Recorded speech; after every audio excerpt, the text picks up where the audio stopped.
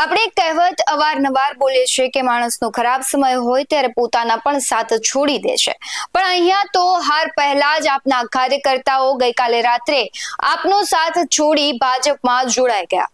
નમસ્કાર, આપની સાથે હું ભગવતી વિશાવડિયા.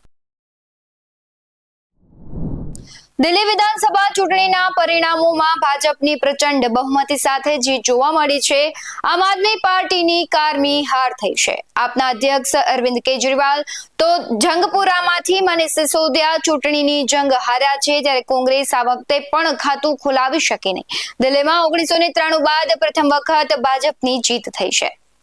કારમી હાર પહેલા સાણંદમાં આપના કાર્યકર્તાઓએ આપને સાથ છોડી દીધો અને હાલ સાણંદ નગરપાલિકાની ચૂંટણીને લઈને પૂરજોશમાં તૈયારીઓ એક બાજુ ચાલી રહી છે. તમામ પાર્ટીના આગેવાનોએ પૂરજોશમાં પ્રચાર પ્રસાર શરૂ કરી દીધો છે. ત્યારે સાણંદમાં આમ આદમી પાર્ટીમાં ભંગાણ પડ્યાના સમાચાર સામે આવ્યા છે.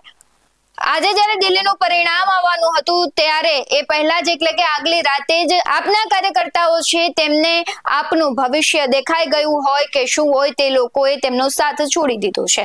આમ આદમી પાર્ટીના અમદાવાદ જિલ્લા સંગઠન જોઈન્ટ સેક્રેટરી જયરાજસિંહ વાઘેલાની આગેવાનીમાં 100 થી વધારે કાર્યકર્તાઓ ભારતીય જનતા પાર્ટીમાં જોડાયા હતા.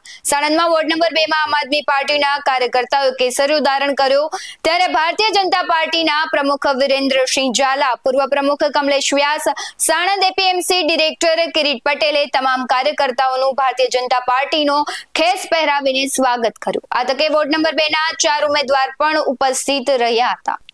એક બાજુ કહેવાય છે કે જ્યારે પોતાનાઓ કોઈ પણ દુઃખમાં હોય કે કપરી પરિસ્થિતિમાં હોય ત્યારે તેમનો સાથ જોઈએ, પણ અહીંયા થાય છે લક કે આપનું જે ભવિષ્ય આપના જ કાર્યકર્તાઓને ખબર પડી જાય છે અને આગલી જ રાતે તેઓ છે તે કેસરિયા ધારણ કરી લે છે. આવા જ વધુ અહેવાલો સાથે ફરી મળતા રહીશું. તમે અમારી YouTube ચેનલને સબસ્ક્રાઇબ કરવાનું અને Facebook અને Instagram પર ફોલો કરવાનું ભૂલશો નહીં. બાકી નવી અપડેટ્સ મેળવવા માટે જોતા રહો BS9 TV ન્યૂઝ. નમસ્કાર.